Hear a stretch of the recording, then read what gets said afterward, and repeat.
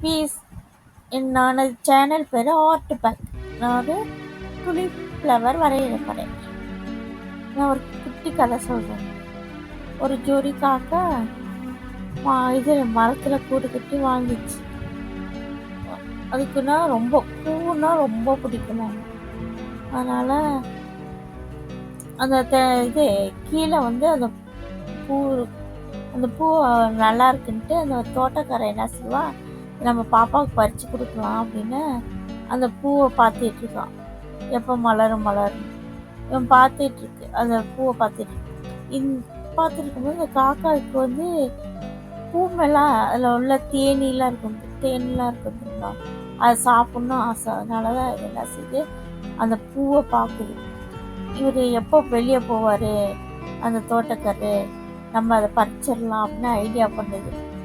சரின்னு ஐடியா பண்ணி என்ன செய்யுது, அவர் வந்து இது வெளியே விரட்டுறதுக்கு என்னென்னமோ பண்ணுது. ஆனாலும் காக்கா அந்த பக்கம் இந்த பக்கம் எல்லாம் இது பண்ணிட்டு இருக்கும்போது போகவே மாட்டேங்கிறாரு. போகாதனால இது என்ன செய்ய ஒரு ஐடியா பார்க்குது.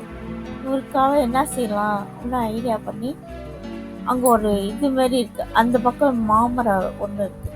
அந்த மாமரத்துலேருந்து பழத்தை பிடிச்சி கடிச்சு விடுது. அவர் பசியில் இருந்ததுனால என்ன செஞ்சிட்டாரு, அதை போய் பறிக்க ஆரம்பிச்சிட்டாரு. அச்சா அதை போய் கீழே விழுந்ததை எடுத்து பறிக்கலாம் சாப்பிட்லான்ட்டு அங்கிட்டு போன நேரம் பார்த்து இந்த காக்கை என்ன செய்யுது, அந்த பூ அப்படியே கொத்தோட தூக்கிட்டு போய் அந்த பூவை எடுத்து போய் அவன் ஒய்ஃப்கிட்ட நீ ரொம்ப ஆசைப்பட்டில்ல இந்த பூ மேலே, இந்த இதெல்லாம் குடிக்கணும்னு ஆசைப்பட்டில்ல, அதனால் நீ குடி அப்படின்னு கொடுக்குது. இந்த தோட்டக்காரன் என்ன செய்கிறாரு, இங்கேருந்து மாம்பழத்தை சாப்பிட்டு இங்கிட்டு வந்து பார்க்குறாரு, பூவை காணோம்.